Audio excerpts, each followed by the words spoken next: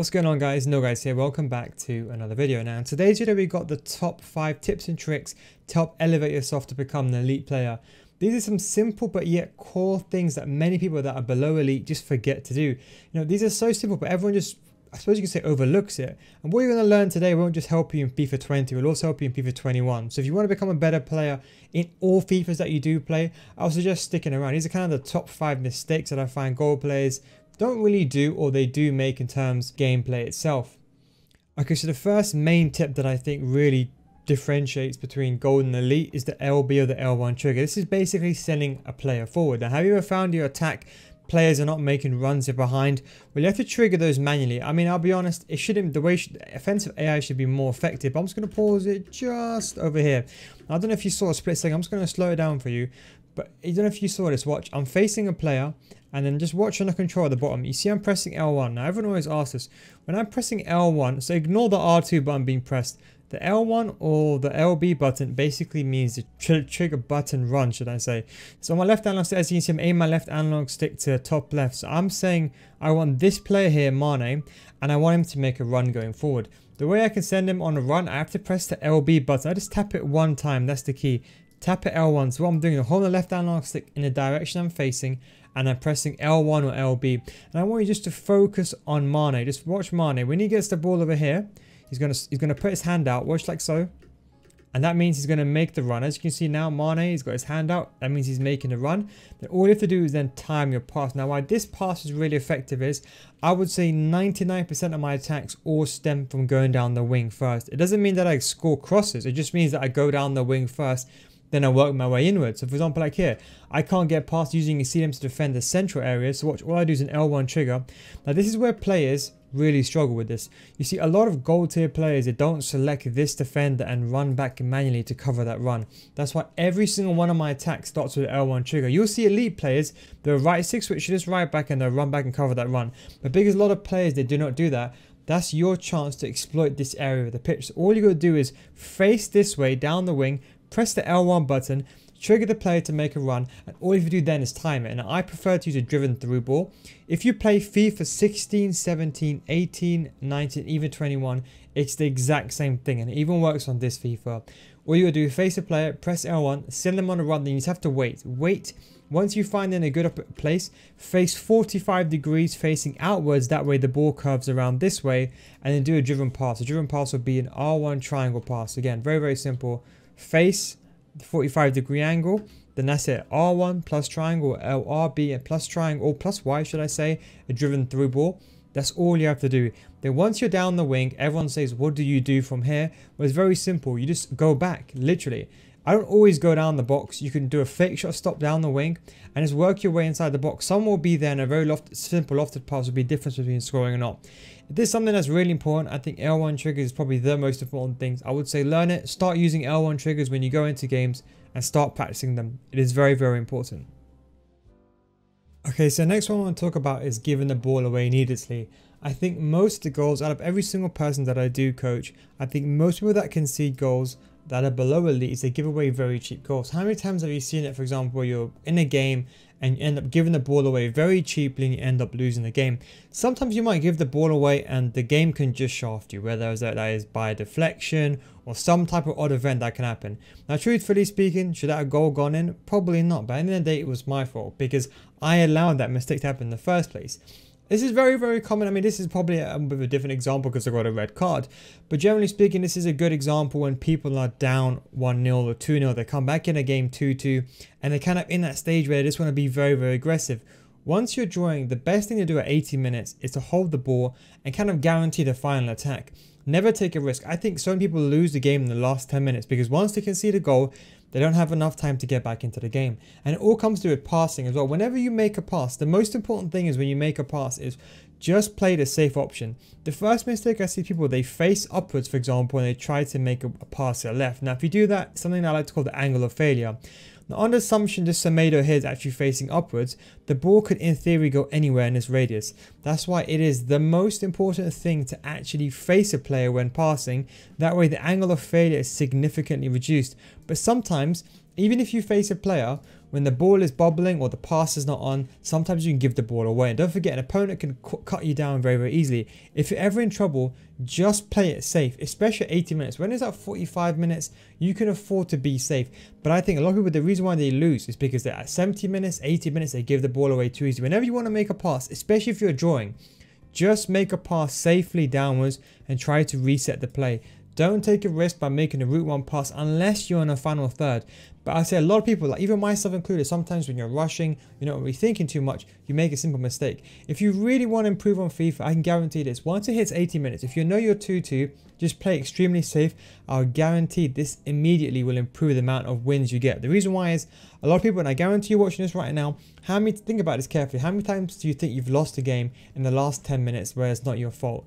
Probably a lot. And this is very same reason why. And I said, look, at the end of the day, you might be able to recover from this. Like for example, like here with Blanc, I think I did a good job.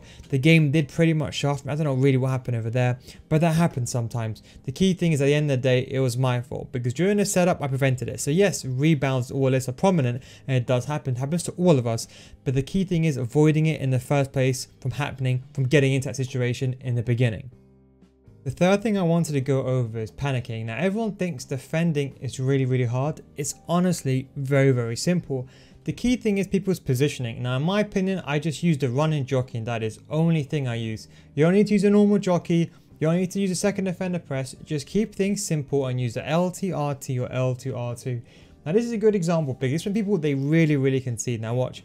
When I don't have the ball, I keep my shape. If you're playing a 4-2-3-1, it's really important you keep your shape. In my opinion, with the two CDMs, you don't touch them unless you absolutely have to. If you want to press, you press with these players forward. Too many times I see people running out with their CDMs. Always try to think of it in the back of your head like, okay, you know what? Think of it like a board. Every single player is kind of situated to every single area of the pitch. So for example, like over here, we have Mane and Neymar. Neymar is our striker, so he occupies the strike position. Mane is our cam, he occupies this position. Messi's on that side, and then other players on that side.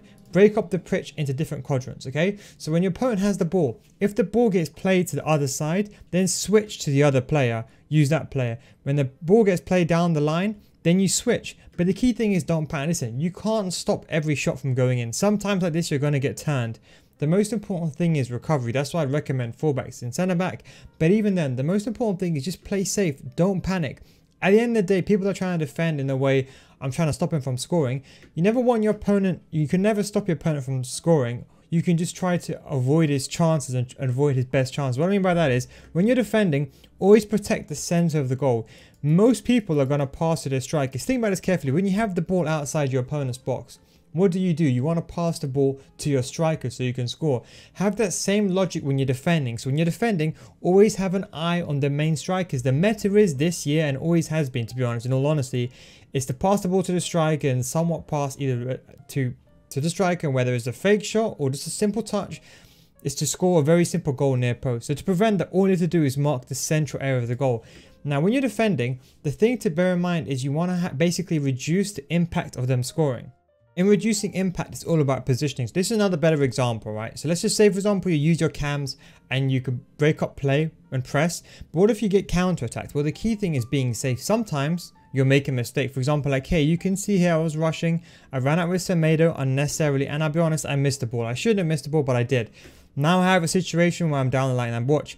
When I'm running out Renato Sanchez, I don't run out directly to Salah. Look, watch. See how I curve my run? And I predict that he's going to go over here. You see, I'm running this way. So many players, they start running towards Salah. What I'm doing here by running like this is I'm doing two things. Number one, I'm forcing Salah to go down the wing. Number two, I'm stopping him to playing a through ball onto the striker. You see, I'm always blocking the main danger. It looks like here, even now, I'm positioning myself with Renato Sanchez to block the pass towards the center. Now, let's say, for example, here he beat me. Now, watch. Even here, when I can't recover and I'm too far away, then I tried to change. He did pass the ball back. To be honest, it wasn't really a good square. Now watch. As soon as I lose the ball with Kante, the most important thing is I protect the area towards goal.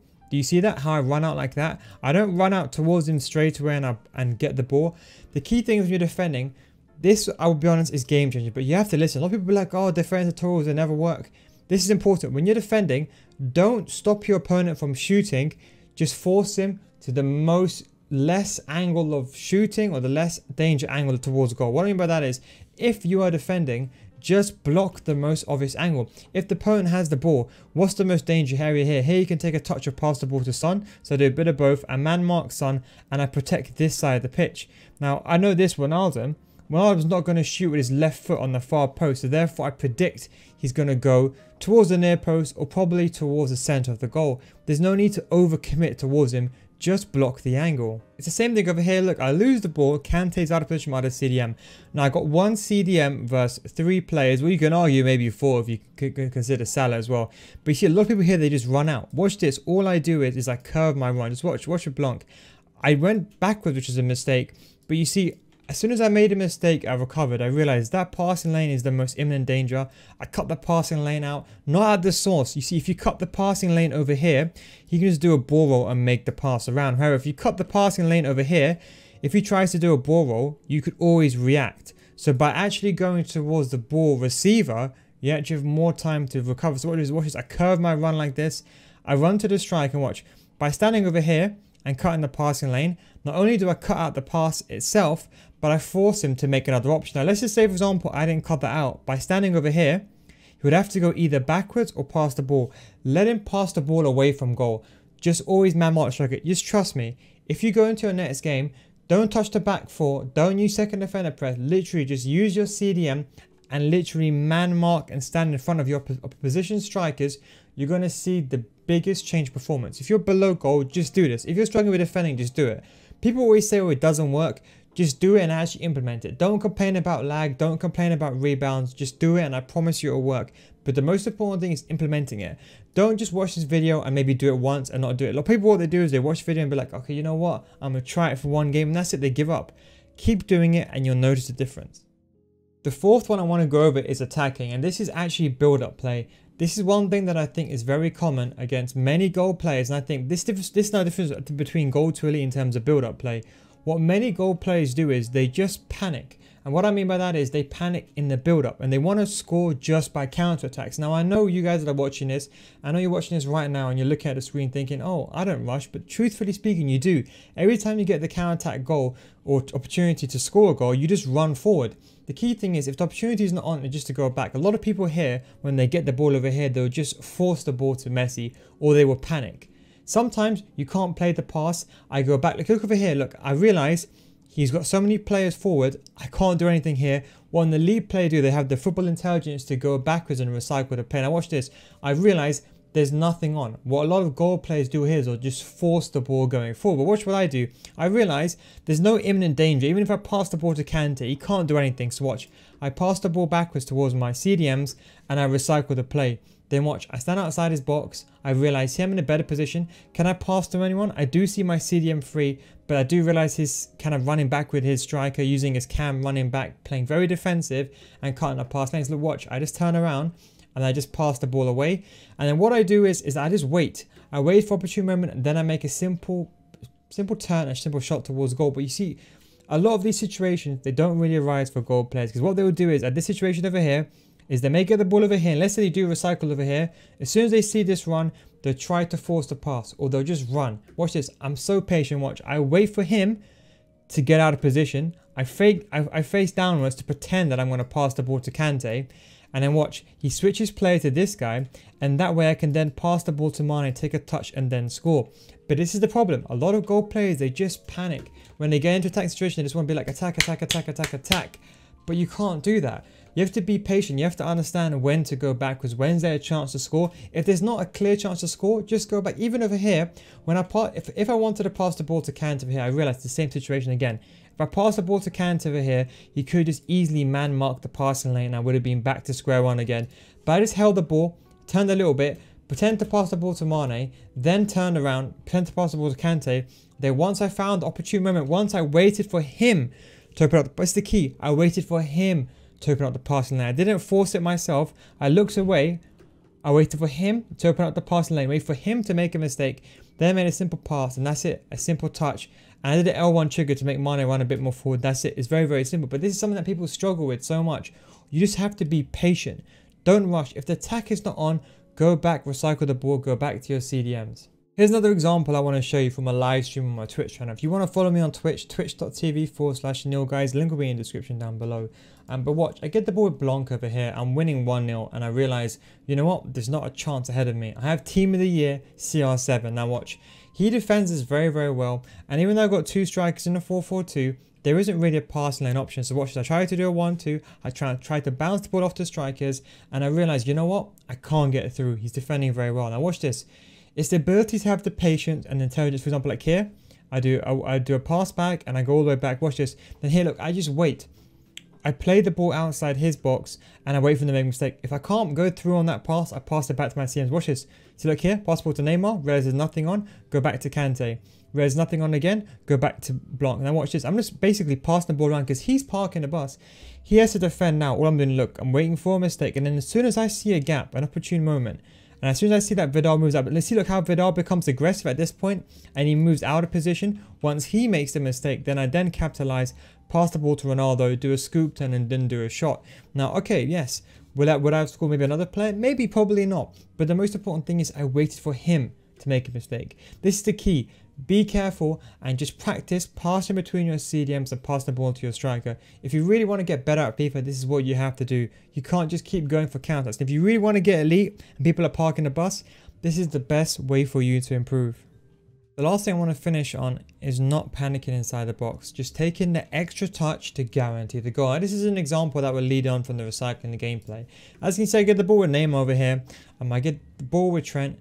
And I realized, you know what? There's nowhere to go, so I can pass ball backwards. Now, before you say anything, my internet connection is not as good as you think. Everyone always goes to be, oh, your internet's amazing. That's why you can dribble like that. If you come into my streams, you would see my internet connection. You can see what my stream turns into Minecraft. So it's not the internet connection, but you see, it's just the ability to understand when to move the left hand. Now watch this. Watch.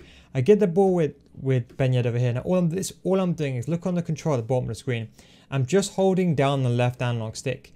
Then all I'm doing is when I turn down, I flick the ball back up again. That's it. There's nothing extravagant. All it is me passing the ball over here to Ben Yedder, realizing I can't get through here, not forcing the shot, because what goal people do is they just force the shot. Even if the shot is not on, they end up taking shots. This is what happens. This is why a lot of people send me images like, oh my god, no, I've had 15 shots on target and I've scored none of them. Well, I only have 3 shots on target and I only score 3. It's because I only shoot when it's a guaranteed goal. For me, a shot, but let's just put it this way. Assume that I only have a couple of bullets in the chamber. Now, every time I take a shot from a nonsense angle is what I say is a waste opportunity, because you can recycle the ball going back to the previous point. But like over here, there's nowhere to go. So watch here. I take a left analog stick, touch downwards, and then I go back out again and I shoot. But it's the difference. It's having the patience to, before you get the ball, I'll slow this down for you. Before you get the ball, I hold the left analog stick down and I bait him. Watch. This is probably the single-handedly the best way I score my goals. And there's no skill. This is why people like watching the way I play. It's because there's no skill moves. There's nothing extravagant. All it is simply me baiting my opponent. You see, by turning inwards, I'm forcing a player to commit to the inside. Watch. As soon as I get the ball, Ben Yedder here, if I hold the left hand stick before I get the ball, now when I turn like that, he has no choice but to commit. The reason why is if I get a shot on here, there is a high chance I can score. Most people would defend the inside. Even the top tier players would do it. That's why by him overcommitting, then as soon as he basically overcommits and he switches the player, then I go the opposite way. And that is the best way of scoring. Very, very simple. Take a touch downwards, bait him first, wait for him to make a movement, then go the opposite way and then go near post. This is why a 5-star weak footer is so important. But listen, if you do this in your gameplay, or let's say for example you take a shot towards goal, I will guarantee you it will be the difference between you winning and you losing. If you really want to get elite, you have to practice these things. I'll be honest, these are just the 5 simple things that will say separate people from gold to elite. If you master these things, you can easily get elite. Because why? People struggle defensively because they never defend properly. People, they panic inside the box and they waste opportunities. They don't recycle the ball. And that's why I love elite players. They do well because they can go back and recycle the ball. And inside the box, people, they panic. If you can learn left stick, just simple left stick. Look, I'm not even dribbling here. Taking a touch downwards. As soon as the animation comes in, I take a touch inwards, outwards again. You see that? So watch. A pass. Look, before the ball is even given to me, watch, I'm holding the left analog stick down. So it goes down, even with delay. Then as soon as I take a touch downwards, I go the opposite way and that's it. It's so simple. But people, They always make excuse. They always blame some kind of scripting, some kind of DDA. Just, if you watch this video at this stage because you really want to get better at FIFA, master these. If you haven't subscribed already, please do subscribe. Watch my other videos as well. If you really want to get better at the game, watch my video. Even my live commentaries. The key thing is when you watch my live commentaries, focus on what everyone goes to me, oh, those live comments don't help. You have to focus on what I'm doing. When you see me do something, pause it, rewind, and see what buttons I pressed. It is really, really important. But anyway, guys, hope you enjoyed this video. Thank you very much for watching, and I'll catch you next time. Peace out.